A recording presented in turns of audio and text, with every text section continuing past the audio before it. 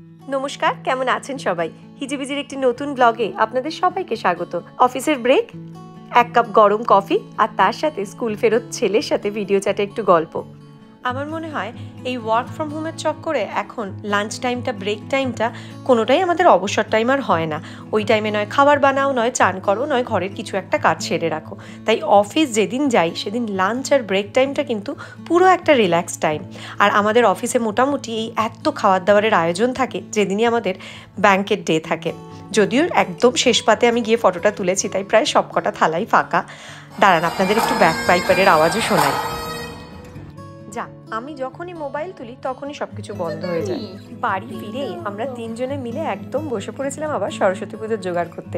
এই যে সব জিনিসপত্র ছড়ানো দেখছেন, এবার ছেলে প্রথমবার নিজে হাতে তার বন্ধুদের জন্য গিফট র্যাপ করেছে, তার মজাই আলাদা।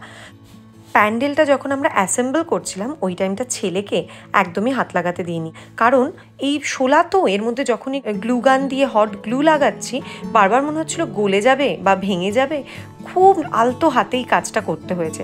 তাই এই টাইমটা ছেলেকে বললাম, বাবা তুই একটু টিভি দেখে নে। মাঝে কয়েকটা জায়গা বেশ ফাঁকা ফাঁকা লাগছিলো, তাই ছোটো ছোটো এই শোলার টুকরোগুলো দিয়ে আবার কয়েকটা এরকম ছোটো ছোটো মোটিভ বানিয়ে লাগিয়ে দিলাম।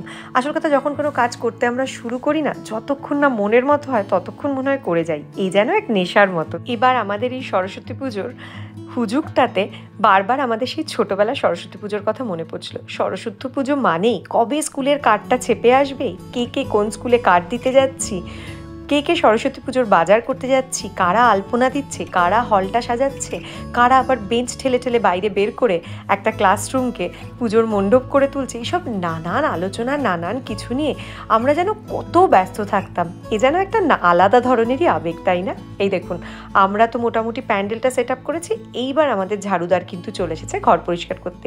বেশ সুন্দর ছোট্ট কাঠবিড়ালির মতো খুঁটে এক একটা করে ছোটো ছোটো শোলার টুকরো বা ঘরে পড়ে থাকা কাগজপত্র তুলে দেয়, যদি তার মুড হয়।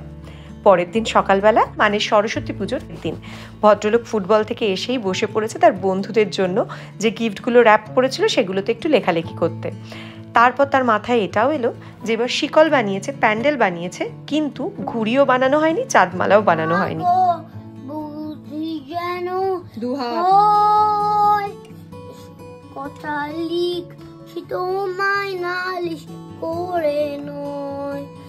সরস্বতী বিদ্যা বৌদি সুমা ড্রিলিং খেলনায় ছিনাই। এটা কি গান হচ্ছে? ম্যাগো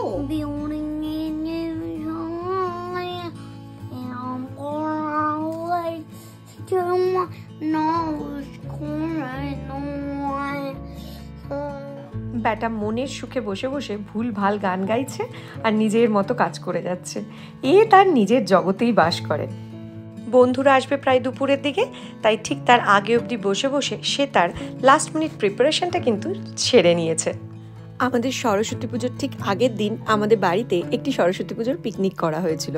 জিনুর সব বন্ধু, তার সাথে আমাদের বন্ধু বান্ধব সবাই মিলে। তার হই হই করা গল্প নিয়ে দেখা হবে পরের ব্লগটিতে। ভালো থাকবেন, টাটা।